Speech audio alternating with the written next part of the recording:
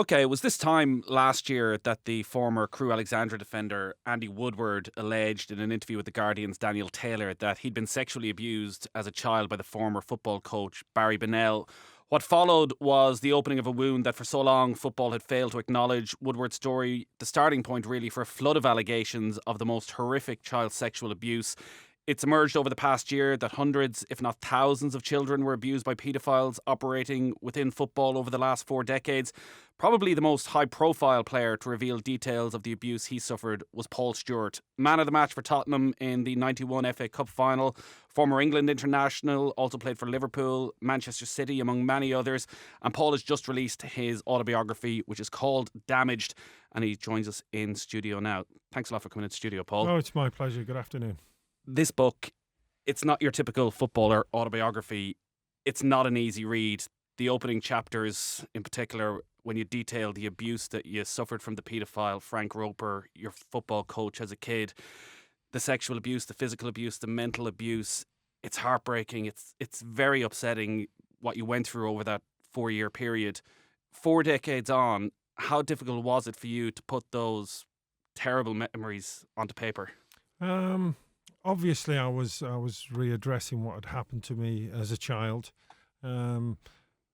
The reason for writing the book was because the story itself, I knew that other people had suffered. Do you know, if it was an autobiography about my football career, I probably wouldn't have written it because, I didn't think that I reached the heights that some of the players that write books these days, and I probably wouldn't have bought it myself, but it did all change last November, and I knew that other people had suffered as I did as a child, and I wanted to tell my story in the hope that it would help them not take the path that I took along the way. It was this day last year that Andy Woodward was interviewed by Daniel Taylor. It was published in The Guardian. There were stories in the Daily Mirror. You pick up the Daily Mirror and you realise now's the time for me to speak up. The personal transformation you've gone over the past year, you hadn't told your wife, you hadn't told your children, you hadn't told your parents. Quite literally nobody in the world knew what happened to you under Frank Roper during those 4 years. That's right. What has the last year been like? Do you know what? It's been maybe a roller coaster of emotions at times. Overwhelming respect from people and the good wishes that have made it worthwhile, if you will. The fact that I've been contacted by numerous other lads that had been abused, and it's helped them to come to terms with it, which was my reasons for telling my story. So, on that level, it's why I came forward. The abuse started when you were 11. Take us back to your early days. 1 to 10. Your mother says in the autobiography that you're one of the happiest children you could meet during your formative years. What was your early life like? We came as and I know a lot of people came up struggling for money. My dad was a labourer. We lived on a council estate, but do you know what? We were happy. What we didn't have, we didn't want for. So yeah, I used to play in the streets, football, every opportunity that I got with my older brother Gary. This is just around Manchester. This is just around Wythenshawe in Manchester. So, for all intents and purposes, you could say I had a normal childhood. That's how I saw it, and I was happy-go-lucky. Yeah, regular childhood, settled family life. Yeah, that's what that's what it felt like, and obviously that all changed when I met Frank Roper. When did you first meet Frank Roper? What happened was I was playing for the school team, and he was watching the game, looking for players as they did in them days. He had a Sunday league team. He walked up and down the line and asked who was my parents, if you will, and my dad was there. And he approached and asked would I want to play on a Sunday for his team.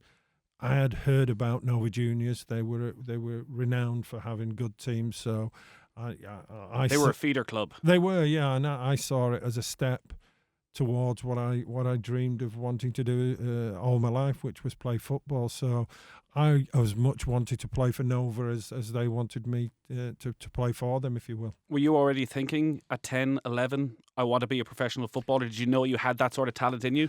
I wouldn't say I was saying that I had that talent, but it's all I wanted to do. I didn't think that at any point I wasn't going to be a footballer, and it may sound a bit conceited, that, but it was just, I think it was every child's dream then. When we were brought up as we were, it was a way out of that life, if you will. So I don't think I was any different than any other child wanting to realise his dreams. You paint a picture during the book of Roper essentially being a monster, but the man you knew when you were 11 years of age who took this interest in your career, what was he like when you first met him? He was a normal guy. You would think, looked like he could help you with your career. Told my parents that's what he would be able to do. That he saw potential in me as being a good player. So you know what it looked like. Everything was going to work out for the better. As opposed to what did happen. How quickly then, after he took an interest in you, did the abuse start?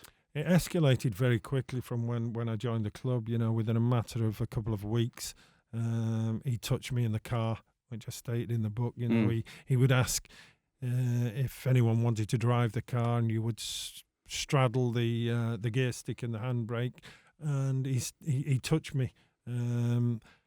It seemed that it happened in a flash, but, I just froze and then just forgot about it, if you will. You're 11 at that stage, and 11-year-olds, particularly 11-year-old boys, can be at different stages of maturity in terms of their understandings of relationships, of sex, of what's right and what's wrong.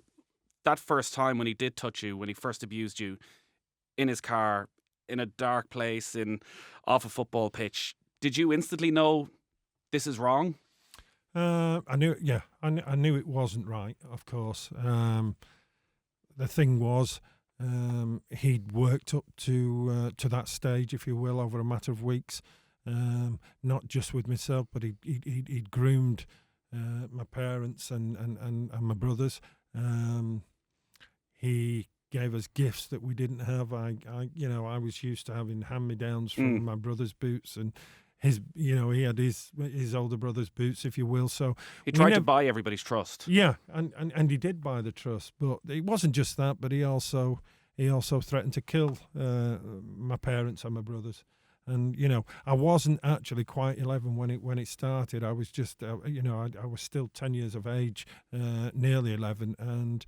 When all that happens in such a short space of time, he'd made innuendos as well after touching me, but it seemed to come really, really quick and in such a short space of time that it went from the touching to the sexual abuse. The sexual abuse isn't really possible without the mental abuse as well. And you mentioned there threatening to kill your parents.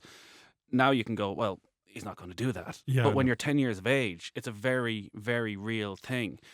It is, and I think it's difficult for people to comprehend that when they're adults, that you just think, oh, he's not going to do that. But when you're a 10-year-old child and that's said to you, by an adult, you believe it. Did you think at the time, why me? Yeah. Why has he picked on me?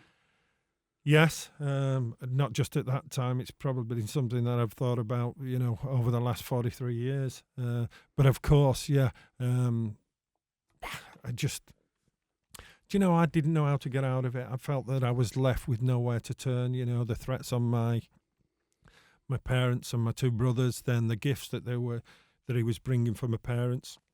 So they all of a sudden got things that we weren't used to, and then he was threatening me out of sight of our earshot of them. So he knew exactly what he was doing, and as you quite rightly said, for a child of that age, it's very difficult to compute. I thought, if I tell my dad, then my dad will end up in prison.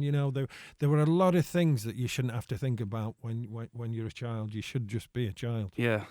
Andy Woodward, in the first interview with Daniel Taylor, when he was talking about Barry Bonnell, said that he felt that Bonnell had targeted the softer, weaker boys. When you look at how you were as a 10, 11-year-old, do you look back now and think, yeah, I was the target? You know what? I've never classed myself as weak in any way, and I'm not saying that Andy is, but I didn't see it as that. I just think that he may have tested a few of the lads, and those that didn't speak up then became his major target, and I was one of those that didn't say a word, and once he's got hold of one, that seemed to be his MO, that he would make sure where possible that he was with you all the time. And do you know what, he would look like a long lost uncle when he sat in your house, and I would be sat there not knowing what to say, because I never knew whether I was going to get physically abused or just abused sexually. I was in a situation that I just felt there was no way out. It was every day for 4 years, which is one of the most harrowing parts of the book when you read it. And when you think back to being a teenager yourself and the things that are important, and you split up with a girlfriend, or you get caught drinking, and you're going to bed that night with the dread of what's going to happen the next day with your parents or whatever. When you're going to bed at night every day for 4 years, knowing that the next day is going to bring some form of abuse, what does that do to you mentally as well as physically? What does that do to you? Well, I think it ruins you mentally. I felt that I was stripped of everything, self-confidence, belief, everything that a normal child should experience. I wasn't able to experience, and my only escape was the times when I was playing football, because I knew that he couldn't touch me while I was on the football field.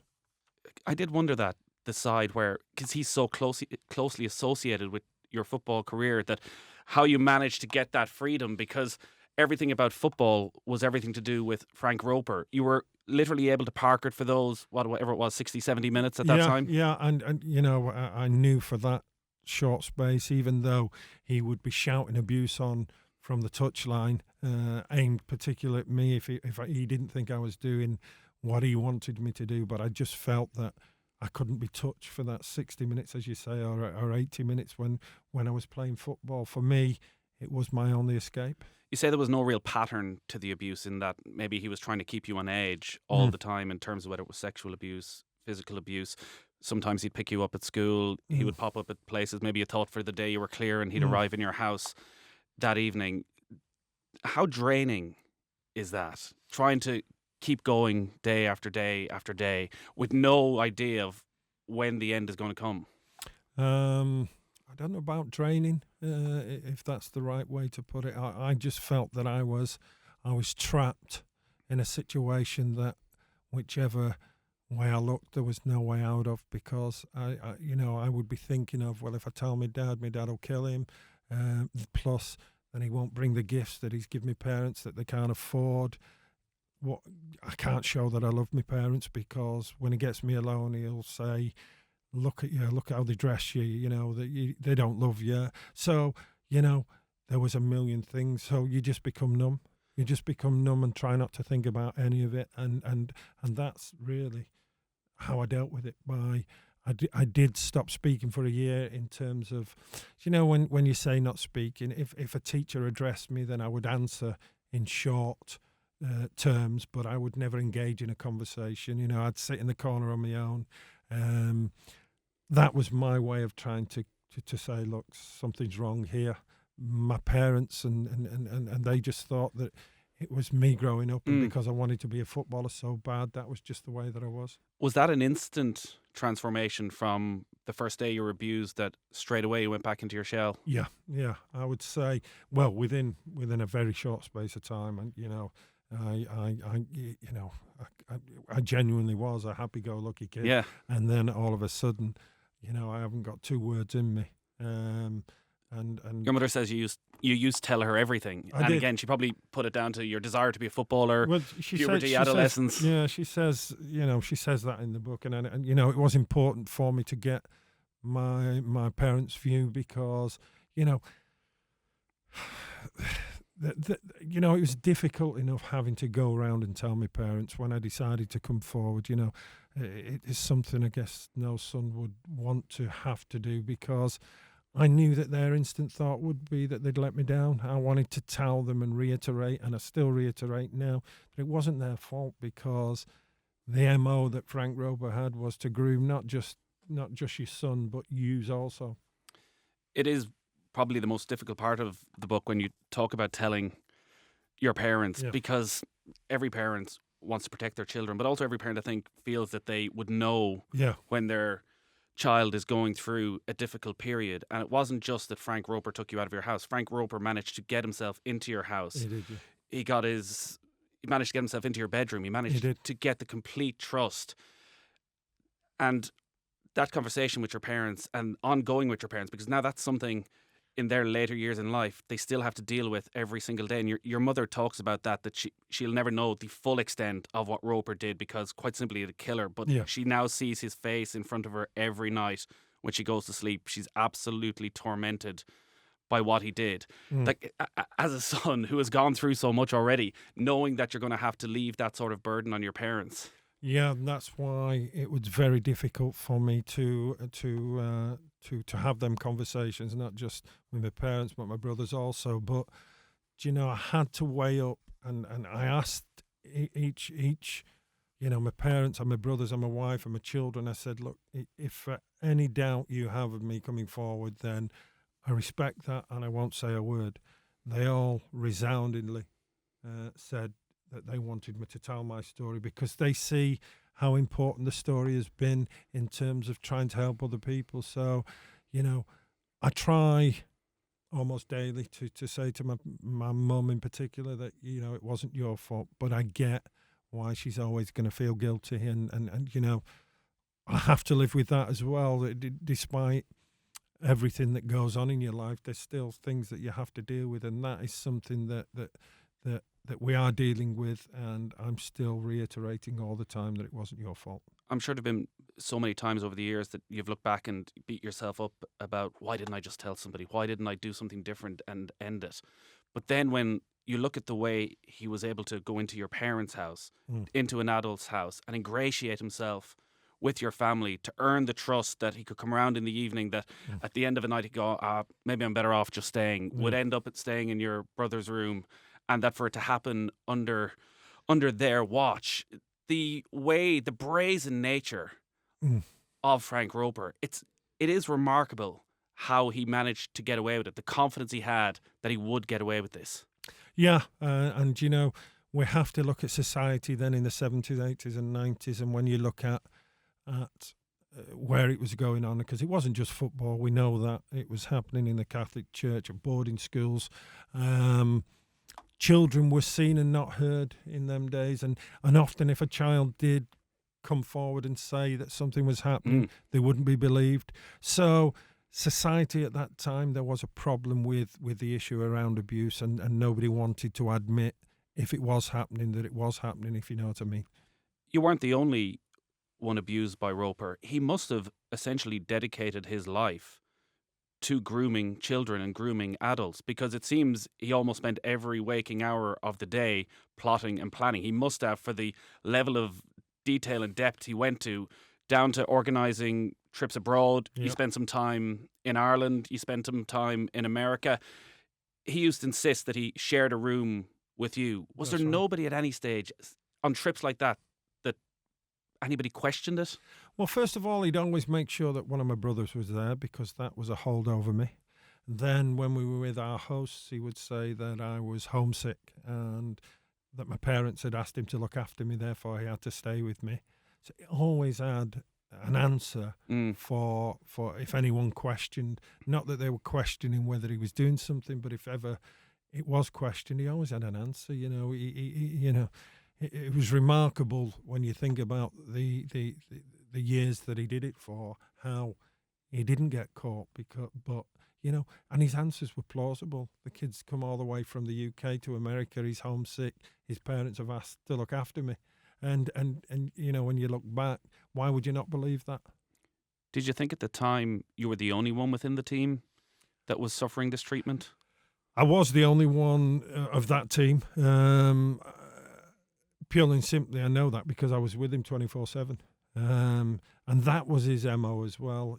After me, and something I had to endure when I joined as an apprentice at Blackpool. He was scouting for them, so I had to see him on a weekly basis. And I noticed that there was another lad with him who has chose to stay anonymous, and that I understand that, but that's difficult now. Have you spoken to him? I have spoken to him, yeah. as a 53-year-old man, when I look back, I sort of feel the guilt, because if I'd have said something, I might have been able to stop it. But, I was 16, 17, and I'd got away from him, and I wanted to concentrate on my football career and not look like I was a trouble causer. And, maybe sounds like I'm making excuses. Don't worry about it. I regret not speaking up when I should have done it as 17, 18 or young 20-year-old. Was there ever a time during the 4 years where you could have confided in somebody, where an opportunity arose that you look back and thought that was the chance? No, I don't feel that. He made sure that he controlled everything about me. So there was never a thought that I felt I could say something. There was physical abuse as well, and that was maybe an opportunity where he almost was caught, that you came home, he'd given you a bit of a dig, you're crying, your mother notices, he arrives in the house and your mother punches him straight in the face. Why wasn't that the end of it?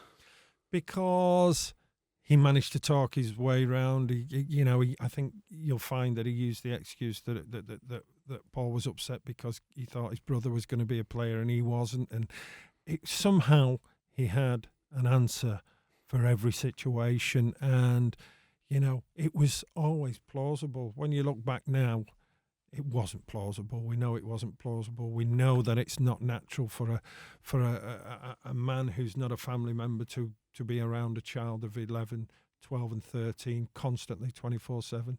Yeah, back then it was plausible. Had you any friends during that period? No. What about your football teammates? No, none at all. He made sure that I didn't have friends. I mean, when we talk about him being outside the school gates almost every day, if he wasn't outside the school gates, he would be following somewhere close by to make sure that I didn't speak to anyone. If he caught me speaking to anyone, he would hit me first, punch me, bend my fingers back. And we got to remember, coming from where I came from, it wasn't unheard of to come in with a few bruises, bangs and knocks from anywhere. So, everything that he did, I realise now was calculated, but it was always plausible. That incident with your mother and Roper and how it could have been the end and he managed to get his way out of it, was there an option for you there to say, I'm done with this? Or was it always football, football, football? I will put up with this because I want to be a footballer. It was that. I felt that he had the power to give and take away my football career, and nothing would have stopped me playing football. I know you don't wish now that you just sacrificed your football career? From what I've had to go through, maybe I do, but I think I still would have made it without the abuse and the physical abuse from Frank Roper. So, as a kid, I didn't quite understand that, but now as a 53-year-old man, I think I was still determined to make it as a footballer, so I would have made it. Because I think the subheading is interesting. You say football made him a victim, football saved his life. It could well have been football made him a hero, football ruined your life. You've chosen to look at it that way, that football was the outlet for you. Football was the good thing. Even when I had all my problems off the field as I'm playing, that time on the pitch was still, and that before you walk out in the tunnel and that time on the pitch, still nothing can replace that. And for me, it was, I never had to think about Rope or what had gone on in my life. All I concentrated on the game that I loved. How did it all end then? How did the abuse come to an end? I think maybe he was looking at his next victim, but I know that I was becoming, in his eyes, more insolent. We were driving home, close to my home, and he'd hit me for some reason and bent my finger back and then reach across to touch me. I just had enough, and I pushed him away, went to open the door. He obviously had to stop the car, and I just ran to my home. He never darkened the door, as my mum says, again after that. And when I say we never saw him, I saw him at Blackpool, but he never came round to the house. And for me, that was the end of it. Not the end of my problems, but the end of the abuse. And was there no explanation when you go home that evening or over the following evenings, considering it's my every mum day said for to 4 me, years? "Has he hit you again?" Because I was, I was crying. I didn't really say yes or no. He never came around the house. For me, it was the end of the abuse, obviously, but not the end of the problems that I ensued.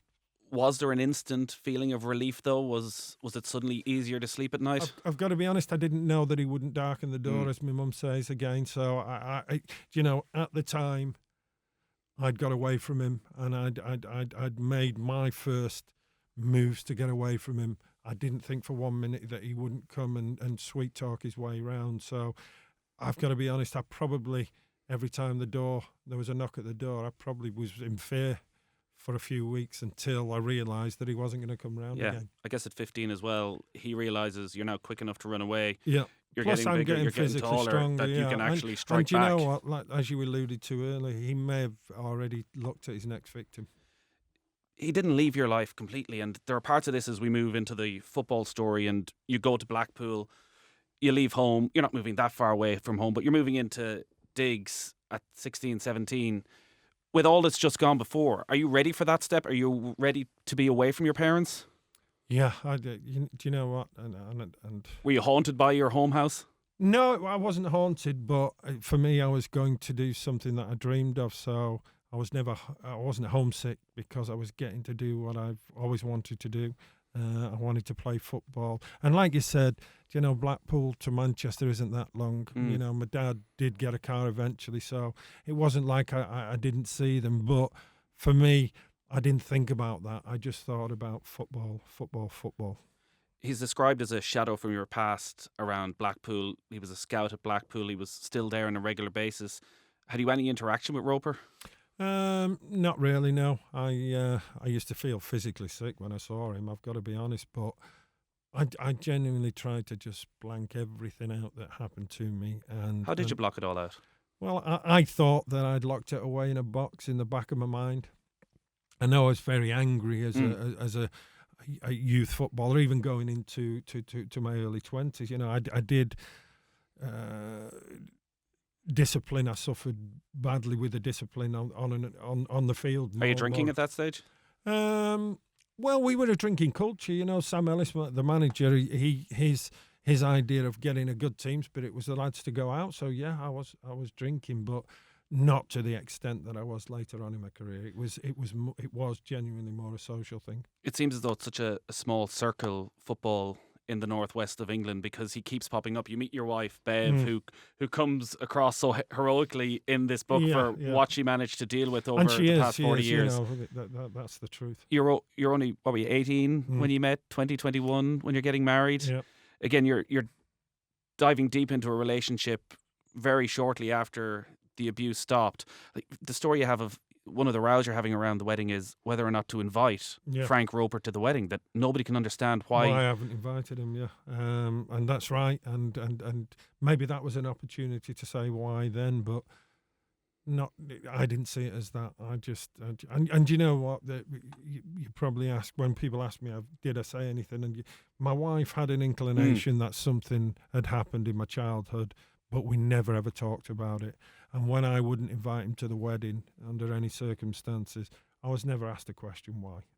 I just said that he wasn't coming to the wedding. Your wife and your mother both suspected something, and both maybe suspected something around Roper. Yep. It seems both thought it was probably some sort of physical abuse. Your mother knew that there was some sort of physical abuse, never quite as serious as it was.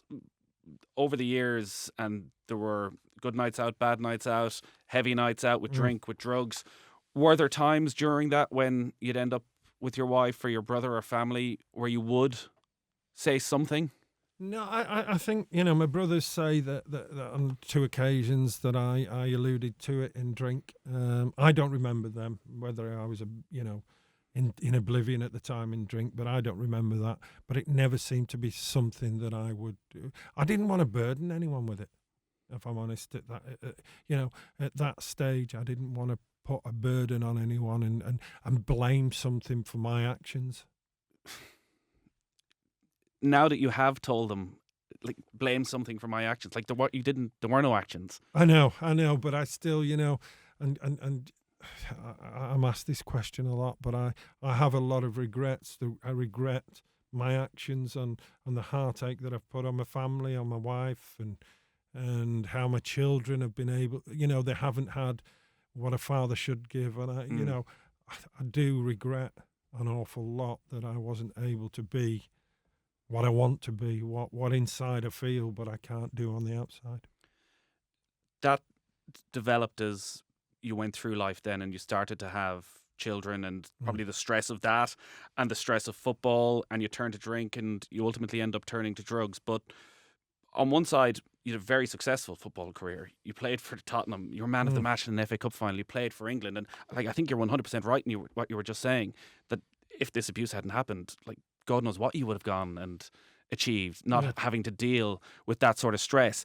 You go to Manchester City. So you went to City when you were a boy, probably to go and watch them, and then you end up signing for them. You get that big move from Blackpool. Like, despite what had happened, you're not this shy, meek, retiring boy who's going to City. You describe your contract negotiations. You don't have an agent. You're well able to stand up for yourself. Yeah, and I think I have been able to stand up for myself most of my life, and apart from the, when I was a child. But I wasn't, a pushover, and I've always been a strong character.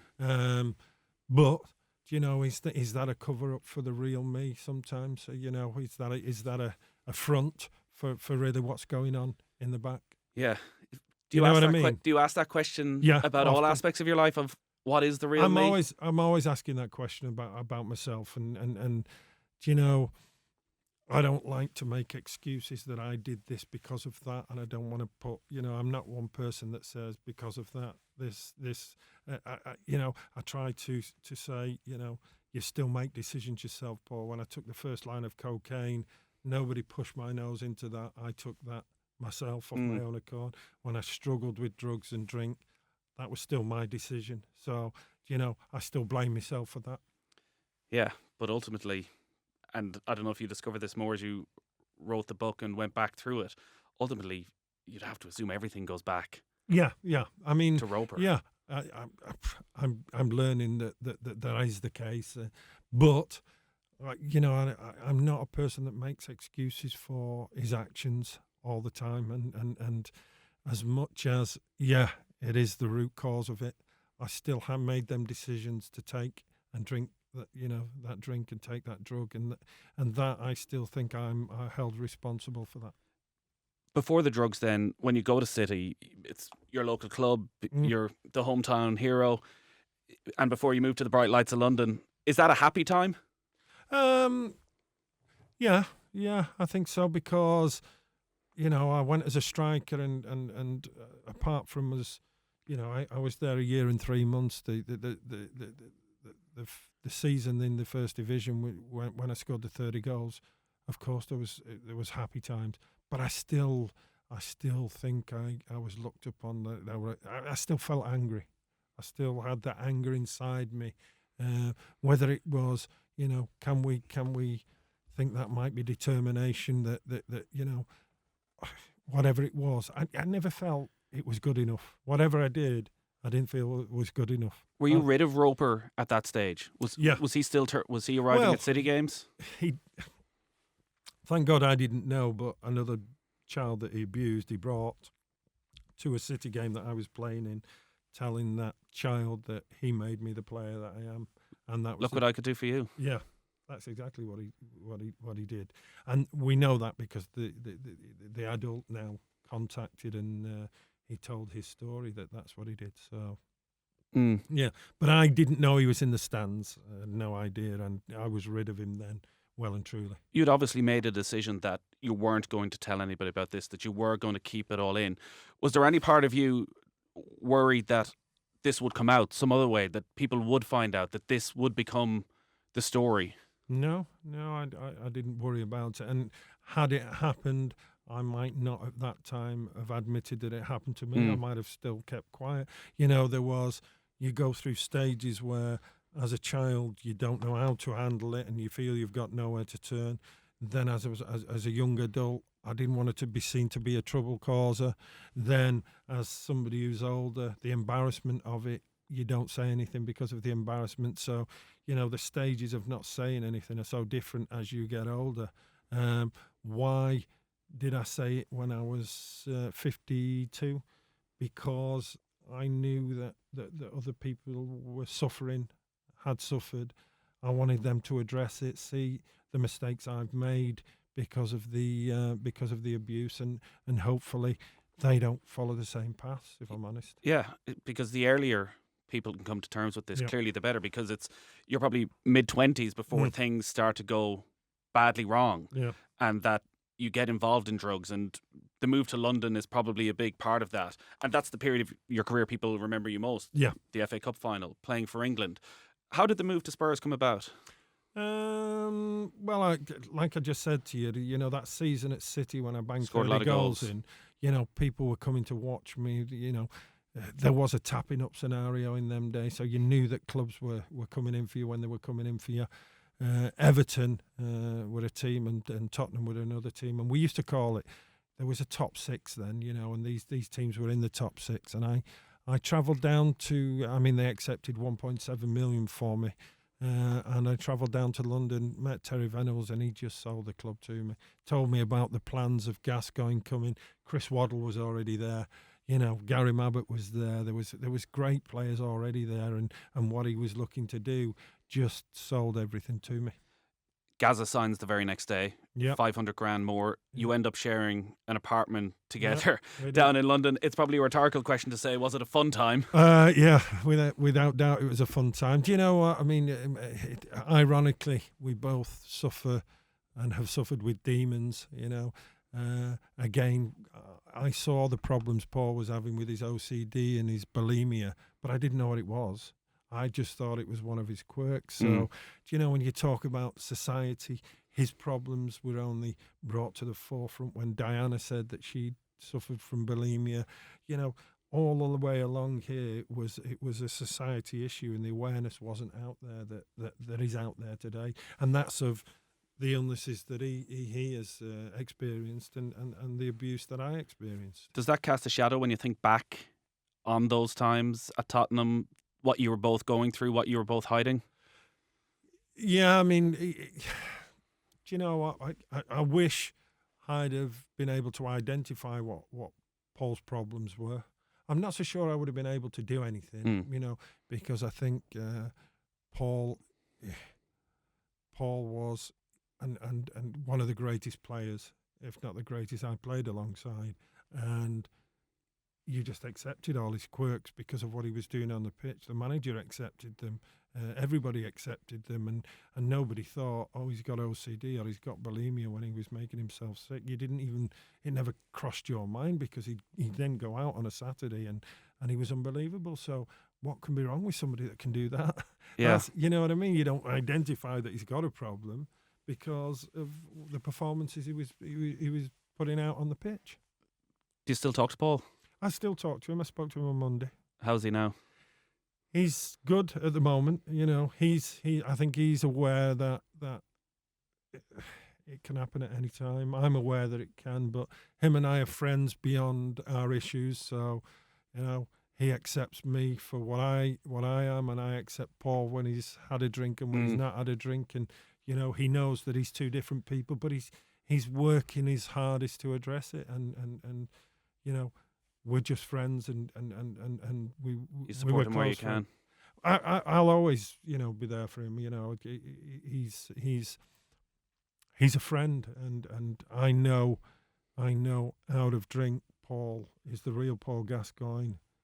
What happens in drink is you've just got to accept that it's the drink that makes Paul like that. You were absolute superstars back then.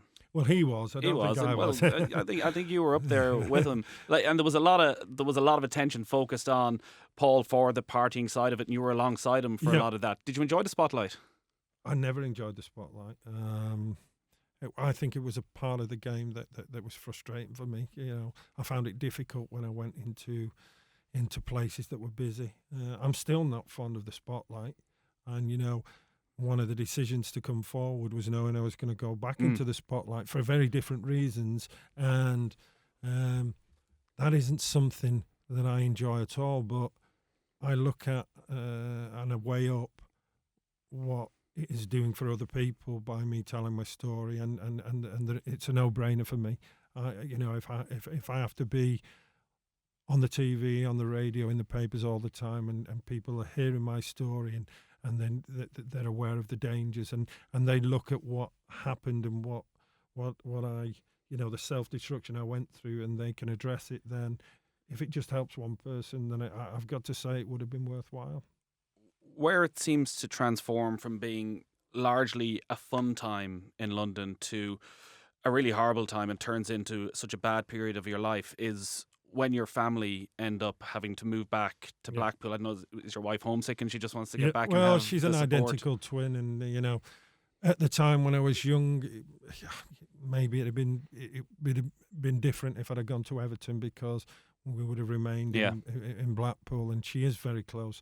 She speaks to her sister 10, 15 times a day if she doesn't see her on the phone, and that there is a bond there that identical twins have, and I've lived through that and seen it, so I understood that she wasn't happy down in London. I made the decision for us to go to Tottenham, and it just wasn't right for my wife.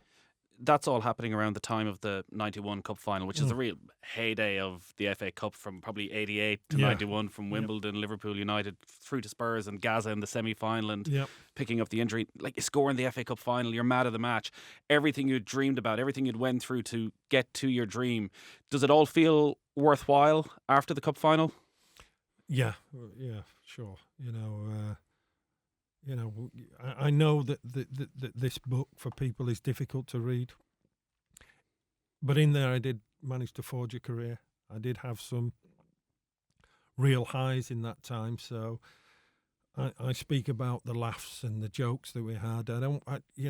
What I'm trying to do, and it is very difficult because I'm addressing a subject that people don't want to address, but you've seen in there that we had laughs and jokes. I don't walk around with a cloud over my head every day of the week.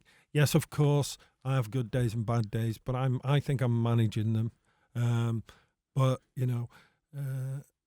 the story in that book is an important story, because I know that people suffer in silence, and what I did, I don't want them to do. So if they can take some solace and seek help, then all that's been worthwhile. When did the drugs start? Towards the end of my last year at Tottenham. And was that just the social circle you were in? No, it wasn't. I got offered it in a club in London, and when I took that first line of cocaine, I thought it was the answer to all my prayers. All of a sudden I had no bad thoughts. I felt that I was invincible. How long did that last? 30 minutes, if that. Then you want the next one and the next one. Everybody knows the story. The worst thing about it is when there is none and you're coming down, because as bad as you felt before, you feel 10 times as bad when you're coming down. It almost feels during that period, having got to such a high, having delivered on the biggest stage at Wembley, that you almost go through a period of self-sabotage, that you get called up for England and you turn up for your first England call-up drunk. Yeah. You're getting a move to Liverpool, and as you're going to sign, Graham Souness comes in, you're sitting there having had 10 drinks. Yeah, I know. And I was going into self-destruct mode. And, to the last year at Spurs, and then the start of my career, it looked, for all intents and purposes, the best move. I was going back home. I was playing for one of the biggest clubs in the world that you would have walked on broken glass to play for. And I was in self-destruct mode. I've openly said that I didn't get on with Graham Souness.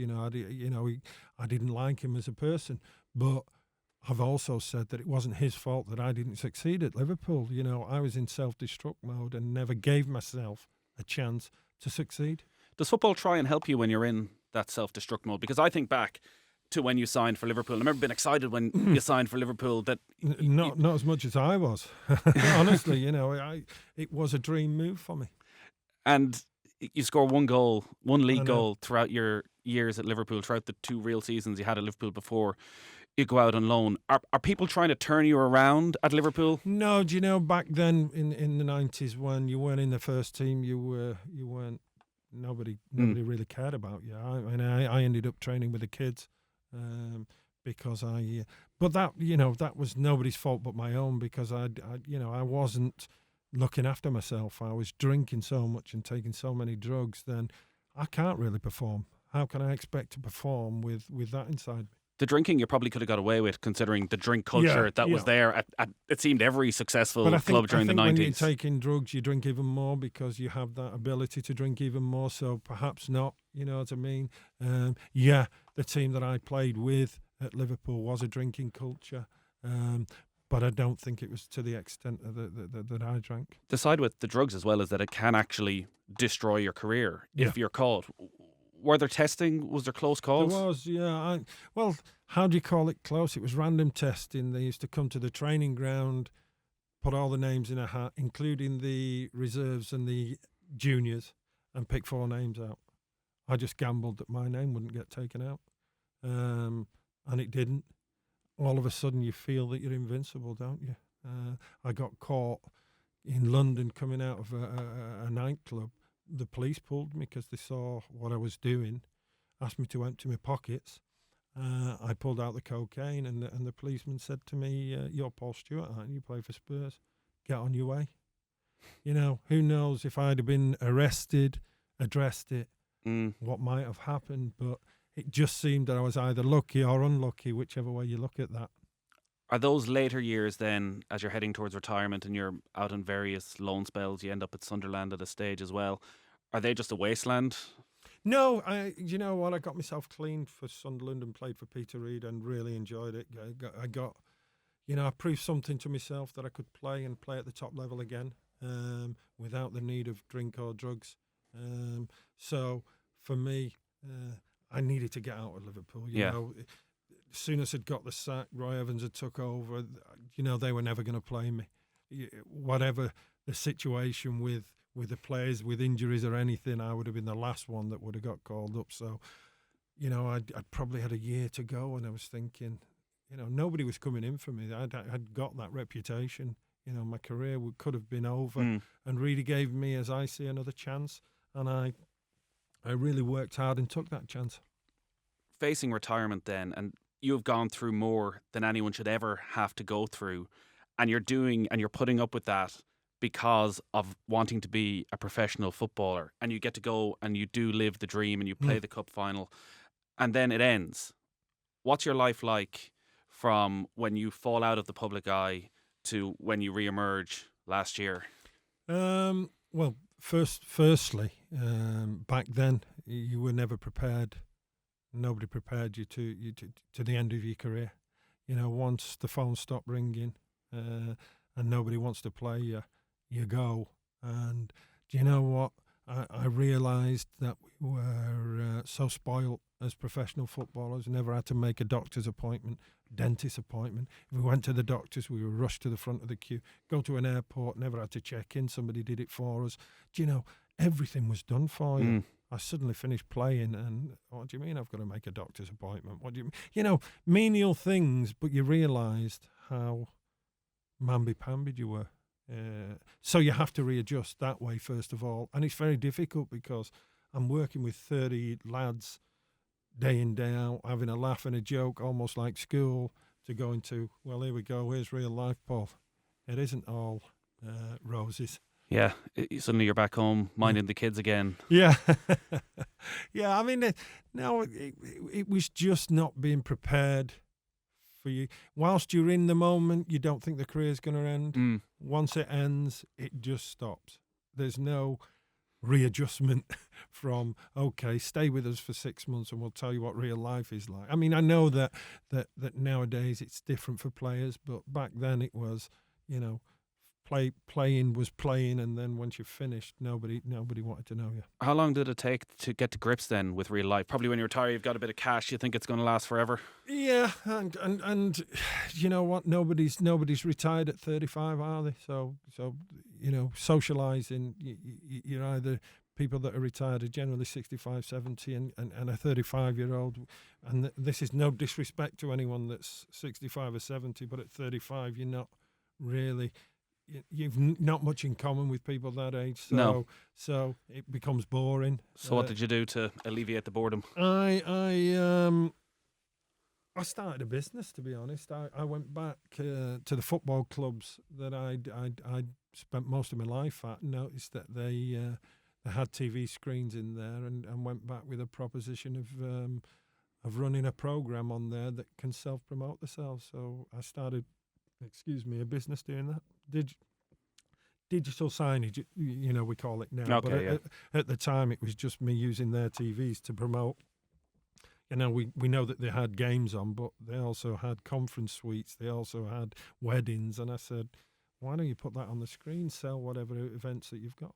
And that's how that started. By the sounds of it in the book, that's all going well. Mm. So going back to this time last year, and you Yep. decide, yes, I'm going to step forward. And it seems from reading the book that you're ready for this moment, because instantly you're going out for dinner that night with your wife and her sister and her husband, and you tell them. Within a couple of days, you've pretty much informed everybody. Yeah.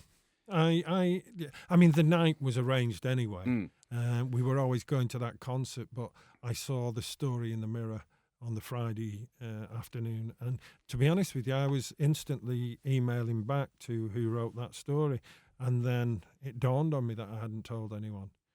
I had the perfect opportunity because we are a close family. I'm close to my brother-in-law and sister-in-law. So I knew that I didn't need to be with my wife. And in some ways it was easy with them sat there to say what I was going to do.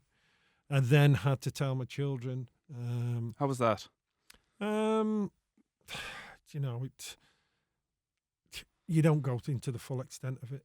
I think they only realised when they read the paper the full extent of the abuse. So because I didn't want to say too much to them, I didn't want to upset them, but I wanted to make them aware that we're going to possibly be thrown into the spotlight here, and not about football.